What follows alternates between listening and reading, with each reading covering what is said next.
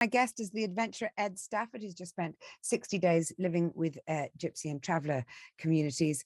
Ed, it wasn't all rose-tinted, though, was it? I mean, you did have issues. You had your caravan broken into, you had excrement rubbed over the windscreen of your car, you know, your car tampered with.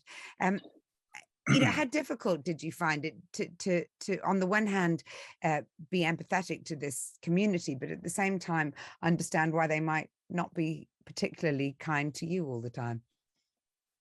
I don't know. I mean, in terms of those things that happened, I don't know whether that was gypsies or not. You know, I didn't say that in the show, and I genuinely don't know to this day whether that's an example of how gypsies are treated or how gypsies treat each other.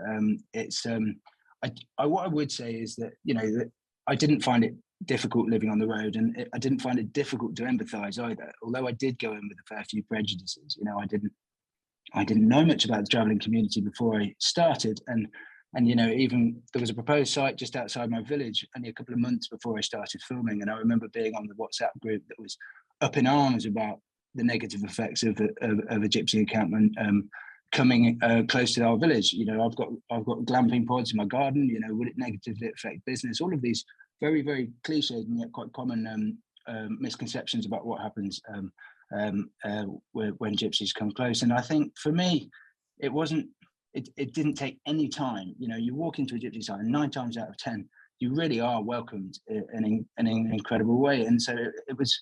You've only got to sit and look in the whites of people's eyes and hear the incredible stories for a few times to genuinely just be completely won over and recognise that a lot of my preconceptions or misconceptions were unfounded. And you know, I'm sure that of course there is a minority within the community that let the side down. You know, that's always the case. But unfortunately, there is an element of responsibility with the media in terms of not just reporting the negative stories about media. I think the world of clickbait is quite responsible for quite a lot. sensationalizing you know, negative stories about gypsies, and therefore if that's all people read in the papers, then they're going to form a negative opinion.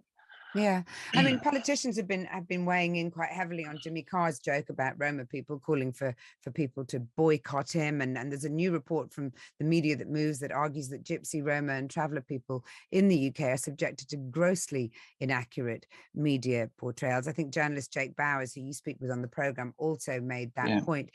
Having spent the 60 days with them, do you think that is the case?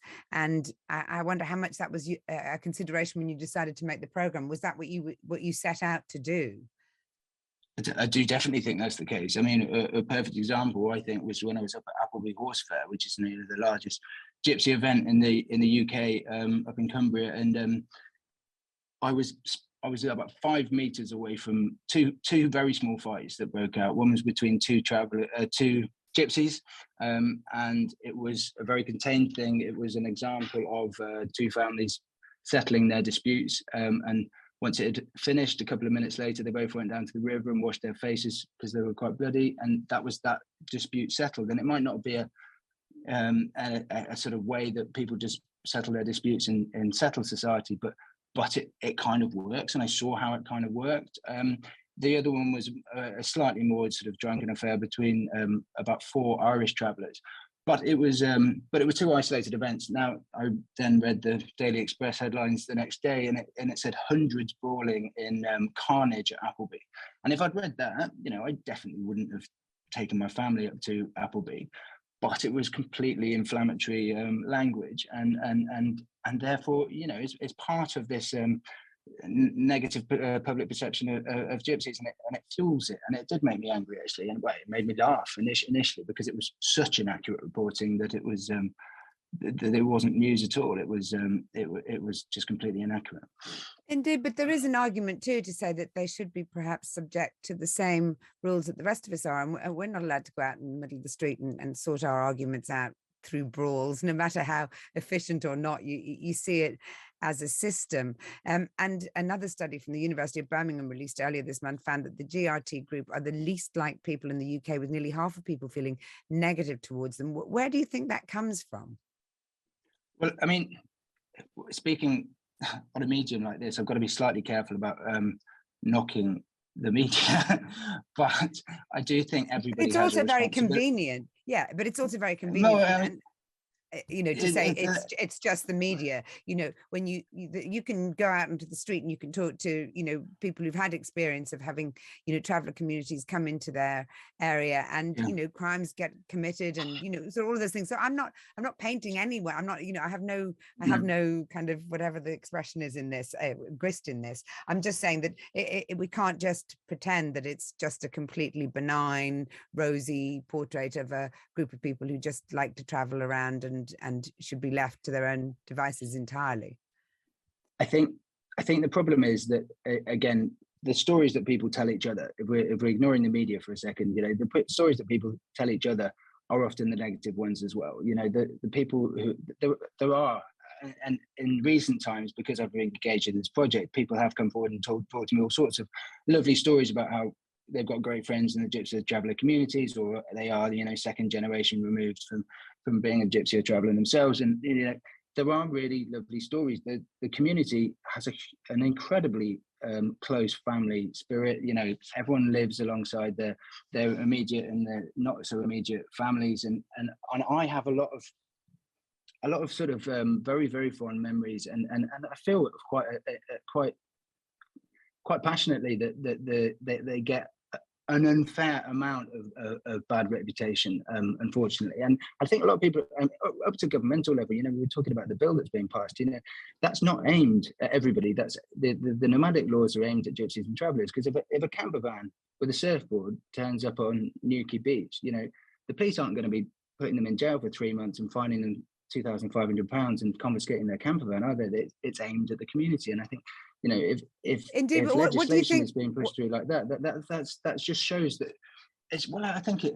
But what do you think the answer is? Because there's a lot of communities that aren't going to feel happy about paying for impermanent communities that rely on their resources, the money that they pay to the council and so on and so forth, in order to facilitate these communities, who then move on elsewhere. There are inherent problems. How do you resolve them? I think gypsies and travellers are often a lot more independent than people figure that they are. They're not bludging off society. But you've described things like toilet facilities and rubbish being cleared. Those are actual issues. Yeah, they are. But I suppose it's broader than this. It's the right to live how you want to live. And we're talking about a community that's not just coming in deciding that they suddenly want to be nomadic. They've been in this country for 500 years. And I'd hate to think we're in a society that's so closed-minded, that so requires you to live in a house, that you can't accept people to live in any other manner. I agree, but I'm just saying, so what is the solution? Because obviously this is something that's been discussed throughout my life. You're talking about these new rules and saying that they apply directly to Gypsies, Roma and traveling communities, and that they penalize them. I'm saying, what's the solution? Having spent these 60 days living with them, what do you see as a solution? I think one of the solutions would be to bring back a common land. Up until the 1970s, there was a huge amount of common land where it was legal to obviously come in and settle for a number of days. Now, there were facilities, and the whole thing was set up in order to accommodate people who wanted to live nomadically. Now that's gone. If that is impossible, then I think we need to look at planning, and there's a lot of gypsy and traveller communities who will buy, for example, plots of land in order to set up a traveller's site on that plot of land. And I think the stats are, I'm paraphrasing, but the stats in terms of planning permission, if you're not a traveller, is about 20%. It's about 90% success rate. But if you are a traveller, it's about 30% success rate, because unfortunately there's a huge intolerance of communities, and nobody who's living, or a lot of people who are living next to these sites, are object to it, and therefore they don't get past. So it is a huge problem, but I think it's no one thing. It needs to be addressed all right the way across society, from the government level in terms of the legislation that they're putting out, to the media, to public perception, to people just literally standing up for the travelling community in the pub when people use the P word, for example, which is equivalent to the N word. And actually, just I now would stand up and I would just say, you cannot say that. And I think in the same way that a lot of other ethnic minorities it is no longer acceptable to speak about them in a certain way. I think we need to bring gypsies and travellers into that same level of respect, really, and start to dig into the problems rather than just pointing the finger at the bad behaviour of a minority within that group. That we need to be more compassionate, and we need to tackle the problem together rather than ostracising them and marginalising them. Personally, were you shocked by what Jimmy Carr said?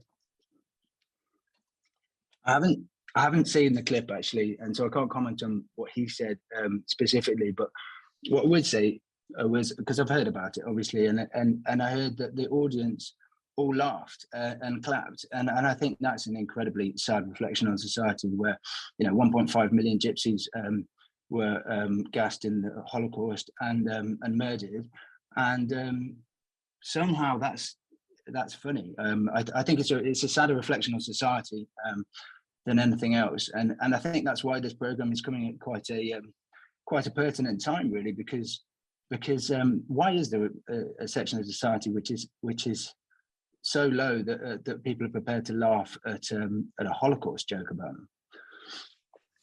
them? Ed, before you go, you first sort of sprang to fame, if you will, in 2010 when you became the first person to walk the length of the Amazon. You clearly have a zest for exploration, and I think you've called your son, or Ranulph. Have you got a son called Ranulph? I have, yeah. Well, yeah. I've never called him Ranulph, but I called him Ran. But yeah, Ran. So clearly, Ranulph finds an inspiration to you when you. Yeah. Well, two things I want to know before you go, so I'll have to be quick. When you set off on your adventures, whatever they are, whether it's 60 days spent living with the traveling communities or walking the length of the Amazon, what are you looking for? I think it's changed over the years, if I'm honest. I think back in the day, when my sort of late 20s, early 30s, it was an insecurity thing. It was slightly an ego thing. When I found out that no one had walked the length of the Amazon, I kind of, in a young, testosterone-filled man way, wanted to beat my chest and be the first person to walk the Amazon. But I think as I've got older and uglier and potentially a little bit wiser, it's now that sort of world for me is it's a kind of a crucible in which you can learn about yourself. I'm always thrown into situations where I don't have all the answers, and therefore I'm forced to think out of the box in order to come to a solution to get over that particular problem. And I think that helps to evolve me as a human being. It's like everyone, I've had my own issues in life, and I think for me, adventure has been an extraordinary sort of crucible in which you can become a better person, really. So I think, as much as it might seem to be sort of this adrenaline junkie lifestyle, it isn't that at all for me. I see it as something which, one, provides for my family first and foremost, because they're the most important things to me, but two, a really healthy thing that just keeps me on my toes and keeps me evolving, I think. And just finally, we've lived through 2 years of pandemic now, with intermittent lockdowns and so on. You're clearly a man suffused with wanderlust who likes to be out and about. But you now have 3 children, two twin girls who were born in August 2020, I think, and your son Ran. So which is worse, being locked down for 3 months or walking the length of the Amazon? Which would you rather do if you had to make a choice between the two? I've got fond memories of walking the Amazon. I'm sure they're rose-tinted spectacles. So, I mean, I'd have to say lockdown was worse. I mean, it's been pretty horrific for everyone, hasn't it? I mean, even people are positive about it and have coped with it. I mean, it's just not a natural period of time. I mean, I don't want to get too melodramatic about it, and people sort of compare it to wartime situations. It's not at all. But have I fallen off this call? Don't worry, you're still on. You're still on. I just can't see you. Yeah, okay. Go on. You were saying you don't want to compare it with wartime, but